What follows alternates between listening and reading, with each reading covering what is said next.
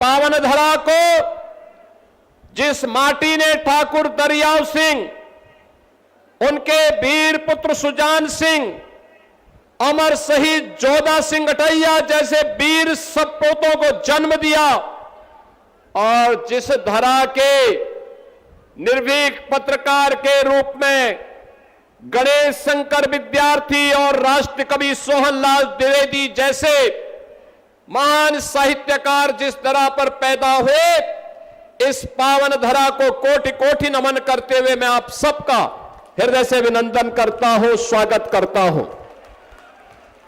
बहन और भाइयों, आज मुझे काफी दिनों के बाद आपके इस जनपद में आने का सौभाग्य प्राप्त हुआ है। द्वाबा की धरती 2017 के पहले आकांक्षी जनपद था। आकांक्षी जनपद का मतलब शिक्षा, स्वास्थ्य, कृषि विकास, रोजगार, औद्योगिक विकास और अन्य इंफ्रास्ट्रक्चर डेवलपमेंट में जो पैरामीटर देश के अंदर तय किए गए थे, उनमें सबसे पिछड़े हुए जनपदों में फतेहपुर की गिनती होती थी। सबसे पिछड़े जनपदों में इस जनपद की गिनती होती थी। बहन और भाइयों, विकास, उसका नाम यहां से कोसों दूर था। यह जनपद उससे वंचित था क्योंकि यहां का विकास का पैसा सेफई सिंडिकेट के द्वारा लूट मचा दी जाती थी। सेफई सिंडिकेट के डकैती का अड्डा बन गया था फतेहपुर। फतेहपुर की योजनाओं को वहां पर सेफई के अंदर नाच गानों में खर्च कर दिया जाता था, उनके विदेश दौरे पे खर्च कर दिया जाता था। तब न सड़क थी, तब न बिजली थी, तब न मेडिकल कॉलेज था, और औद्योगिक निवेश की बात ही क्यों करनी है। उस प्रकार का वातावरण ही नहीं था। बड़े अजीब सी स्थिति थी। कानपुर का औद्योगिक क्षेत्र एक ओर, प्रयागराज का औद्योगिक क्षेत्र दूसरी ओर, एक और मां गंगा, एक और मां यमुना, लेकिन फतेहपुर पिछड़ा जनपद था। विकास के पायदान पर पीछे, न विकास की सड़कें थी, न स्वास्थ्य की सुविधाएं थी, न औद्योगिक निवेश था, और नौजवानों के सामने पहचान का संकट। नौजवान की नौकरी पे ये सेफई सिंडिकेट डकैती डालता था। एक नौकरी निकलती थी, उस नौकरी के लिए चाचा भतीजे की जोड़ी वसूली करने के लिए निकल पड़ती थी। याद करिए, 2012 से लेकर के 2017 के बीच में जितनी भर्तियां निकली सब विवादित हुई। कहीं भी मेरिट का ख्याल नहीं रखा गया, कहीं भी योग्य लोगों को नौकरी नहीं मिली। 2017 के बाद प्रधानमंत्री मोदी जी के नेतृत्व में जो परिवर्तन हुआ, आज वो आप सबके सामने है। अकेले यूपी में हम लोगों ने पिछले 9-9.25 वर्ष में 9 लाख से अधिक यूपी के नौजवानों को सरकारी नौकरी यूपी राज्य सरकार के अधीन उपलब्ध करवाई है।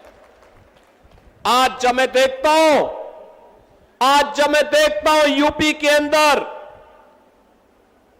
कोई नौकरी का नियुक्ति पत्र वितरित करता हूं, यूपी पुलिस हो, शिक्षकों की भर्ती हो, अधीनस्थ सेवा चयन आयोग के माध्यम से अभियंताओं की भर्ती हो, या Uttar Pradesh public service commission के माध्यम से होने वाली कोई भी भर्ती हो, नियुक्ति पत्र में मुझे अब फतेहपुर के नौजवान भी दिखाई देते हैं और फतेहपुर के नौजवान भी बड़े गर्व के साथ आकर के सीना तान करके अपनी योग्यता के अनुसार नियुक्ति पत्र प्राप्त करते हैं। तो मुझे अच्छा लगता है कि फतेहपुर का नौजवान भी नियुक्ति पत्र प्राप्त कर रहा है।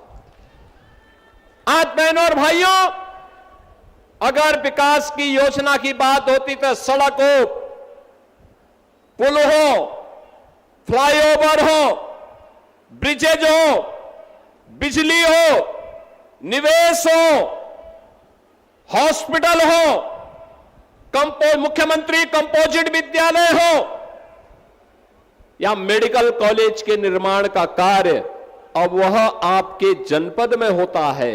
और फतेहपुर में पहले क्रांतिकारी होते थे, फतेहपुर में पहले स्वाधीनता संग्राम होते थे।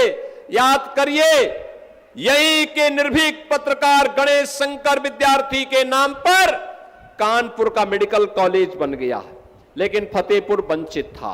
और फतेहपुर में हम लोगों को यह सौभाग्य जाता है कि हम लोगों ने अमर शहीद जोधा सिंह अटैया ठाकुर दरियाव सिंह के नाम पर आपके फतेहपुर में मेडिकल कॉलेज दिया है। और मेडिकल कॉलेज आज यहां की स्वास्थ्य की सुविधा का एक महत्वपूर्ण केंद्र बिंदु बना हुआ है। अब बेहतरीन कनेक्टिविटी है और अब तो औद्योगिक क्षेत्र भी आपके फतेहपुर के अंदर तैयार हो रहा है। मैं यहां देख रहा था अभी प्रदर्शनी को, कितनी अच्छी प्रदर्शनी थी, कितना पोटेंशियल है। ये पोटेंशियल पहले भी था, ये क्षमता पहले भी थी। यहां पे पीओज काम कर रहे हैं, वन डिस्ट्रिक्ट वन प्रोडक्ट में यहां का कुजीन एक नई पहचान बना रहा है। यहां का नौजवान जहां कहीं भी जाता है अपनी पहचान बनाता है। और जब मैं यहां के अन्नदाता किसानों की जो भी जैविक प्रोडक्ट है, नेचुरल फार्मिंग के कार्यों को देखता हूं, खासतौर पर पूर्व मंत्री उत्तर प्रदेश सरकार में मेरे साथ यहां पर पूर्व मंत्री के रूप में श्री धुन्नी भैया ने जो है उनके खेत की उपज जब प्राप्त होती है, रणवेंद्र सिंह धुन्नी जी के खेत थे, तो मुझे उसकी जानकारी प्राप्त होती रहती है। बहनों और भाइयों, क्या यह 2017 के पहले संभव था? क्या यह 17 के पहले संभव था? नहीं था, क्योंकि तब न युवा सरकार के एजेंडे के हिस्से थे, न अन्नदाता किसान सरकार के एजेंडे का हिस्सा था, न विकास उनके एजेंडे का हिस्सा था। सफाई का विकास हो, बाकी सब भाड़ में जाए, और यही लोग करते थे। लेकिन अब मोदी जी के मंत्र के अनुरूप सबका साथ, सबके विकास के भाव के साथ डबल इंजन की सरकार अब विकास के कार्यों को मजबूती के साथ आगे बढ़ाने का काम कर रही है। बहनों और भाइयों, जिन्होंने युवाओं का शोषण किया, छात्रों के सामने अंधकार में जीवन दिया था, पूरी की पूरी पीढ़ी के भविष्य के साथ खिलवाड़ किया था, आज जो समाजवादी पार्टी और कांग्रेस किस प्रकार की घड़ियाली आंसू बहाने का काम कर रही है। हम आभारी हैं प्रधानमंत्री मोदी जी के प्रति, जिन्होंने छात्रों के भविष्य को देखते हुए पिछले 3 दिनों के अंदर बड़े बड़े निर्णय लिए हैं। उन्होंने कहा था, प्रधानमंत्री मोदी जी ने घोषणा की और केंद्रीय कैबिनेट ने कल निर्णय लिया कि छात्रों के भविष्य के साथ खिलवाड़ करने वाले नकल माफिया को कम से कम 10 वर्ष की सजा और 10 करोड़ रुपए तक की फाइन की व्यवस्था करेगी। कैबिनेट ने पास कर लिया है। अब सोमवार को देश की संसद में यह बिल आने वाला है। मान करके चलिए, माफिया मिट्टी में मिलेंगे, कोई रोक नहीं सकता माफिया को मिट्टी में मिलने से। ये नकल माफिया, ये कांग्रेस और समाजवादी पार्टी की विरासत है। इन्होंने पाला हुआ था इन्हें। यही लोग पालते थे। और आज कैसे फिर सामने आकर के अपना चेहरा दिखा रहे हैं। प्रधानमंत्री जी ने जो घोषणा की है, छात्रों के भविष्य के साथ खिलवाड़ करने की जिसने भी दुस्साहस किया उसके खिलाफ जितनी सख्त कार्रवाई होगी। नीट की परीक्षा को एक समय सीमा के अंदर करवा करके छात्रों का साल भर खराब न हो, इसके लिए एक समय सीमा पे परिणाम भी दे दिया। यह सच था कि नीट की पहली परीक्षा में लीकेज हुए थे, प्रश्न पत्र लीक कराए थे कुछ माफियाओं ने, उनकी गिरफ्तारी हुई।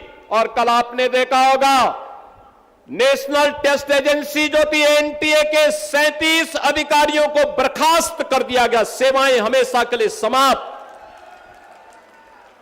हमेशा के लिए समाप्त। कुछ लोगों की गिरफ्तारी की गई है, उनकी संपत्तियां जब्त होंगी, उन्हें सजा होगी। ये छात्रों के उज्जवल भविष्य को ध्यान में रख करके मोदी जी के द्वारा ले गए वे कड़े कदम हैं, उठाए गए वे कड़े कदम हैं। जिन छात्रों के जीवन, जिन छात्रों का उज्जवल भविष्य पर इस देश का उज्जवल भविष्य निर्भर करता है। और मैं प्रधानमंत्री मोदी जी के द्वारा उठाए गए इन कड़े कदमों का हृदय से स्वागत करता हूं, उनका अभिनंदन करता हूं और आभार व्यक्त करता हूं कि प्रधानमंत्री जी, आपने छात्रों के लिए, आपने युवाओं के लिए पिछले 12 वर्ष में अनेक कदम उठाए हैं। आपने डिजिटल इंडिया के नाम पर, आपने प्रधानमंत्री स्टार्टअप स्कीम के अधीन, आपने प्रधानमंत्री स्टैंड अप स्कीम के अंतर्गत आपने भारत के नौजवानों के लिए एक नई आशा की किरण दी। आपने देश के अंदर युवाओं के लिए राष्ट्रीय शिक्षा नीति देकर के भारत का नौजवान अब भारत ही नहीं, केवल घिसी पिटी शिक्षा नहीं, बल्कि नए कलेवर के रूप में नई शिक्षा नीति के माध्यम से वैश्विक जगत में अपनी दाग का लोहा मना सकता है, यह व्यवस्था दी। आज आपके कारण नए भारत में हमारा नौजवान आज अपनी पहचान को जब दुनिया के देशों में देता है तो सीना चढ़ा करके जाता है, दुनिया में उसे सम्मान मिलता है। आज भारत के नौजवान के लिए जीवन के अनेक क्षेत्र खुले हैं। आपने एक वर्ष में 12 लाख सरकारी नौकरी भारत के नौजवानों को दी और 12 वर्ष में देश के अंदर करोड़ों नौजवानों को सरकारी नौकरी देकर के उनके जीवन को उज्जवल भविष्य की ओर अग्रसर किया है। और आज जब देश के अंदर युवाओं के मन में कुकसक बाकी थी, आप स्वयं सामने आए हैं, आपने युवाओं के साथ संवाद बनाया है और देश की संसद से एक सख्त कानून बनाने के लिए कैबिनेट से आपने एक नए अधिनियम के मसौदे को पास करके, दिन रात एक करके पास करके उस दिशा में जो कदम उठाया है वह अभिनंदनीय है। और मैं इसका उत्तर प्रदेश के युवाओं की ओर से, उत्तर प्रदेश के छात्रों की ओर से इसका स्वागत करता हूं और अभिनंदन करता हूं। बहन और भाइयों, मैं यूपी के नौजवानों से कहना चाहता हूं, ये डबल इंजन की सरकार याद करिए पहले दिन से कह रही है कि जिसने छात्रों और युवाओं के भविष्य के साथ खिलवाड़ किया तो मान करके चलिए कि उस माफिया के लिए 2 ही जगह होगी, या तो जेल होगी और संपत्ति जो भी बाप दादों के द्वारा कमाई गई संपत्ति होगी उसको हम जब्त भी करेंगे।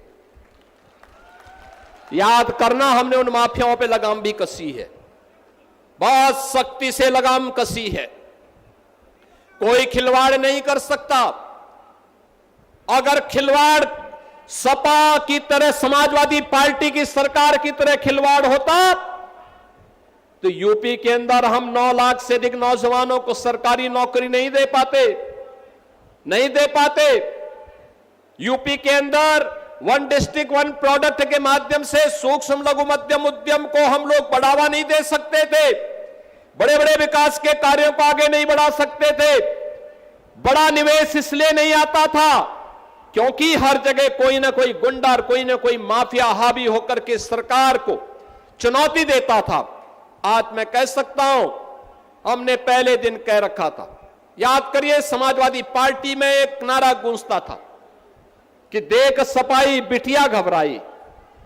बहन और भाइयों, अब ये नहीं है, अब माफिया हो, पेशेवर माफिया हो या बेटी और व्यापारी की सुरक्षा के लिए खतरा बना हुआ कोई गुंडा हो, इनके लिए दो ही जगह, या जेल है या जहन्नुम है, इसके अलावा तीसरी कोई जगह नहीं है इनके लिए। सरकार ने जो घोषणा की उसको प्रभावी ढंग से लागू कर रही है और बहनों और भाइयों, उसी को लागू करने के लिए आज मैं फतेहपुर में आपके बीच आया हूं।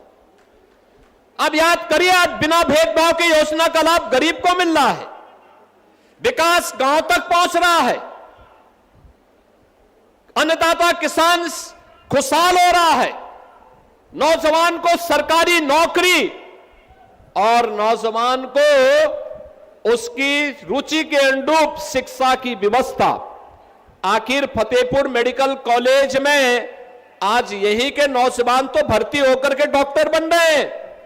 याद करिए 2027 में जब यहां का बैच निकलेगा, वह भी कहेगा कहां से आपने लिया है, कहेगा फतेहपुर मेडिकल कॉलेज से मैंने अपनी डिग्री ली है, नाम फतेहपुर का आएगा। अब फतेहपुर आकांक्षी नहीं रहा, अब फतेहपुर यूपी के विकास यात्रा का सहभागी बनकर के बराबर में भागीदार बन रहा है और फतेहपुर भी प्रधानमंत्री जी के विकसित भारत की संकल्पना का सारथी बनकर के आगे बढ़ रहा है। बहन और भाइयों, उसी प्रक्रिया के साथ जोड़ने के लिए आज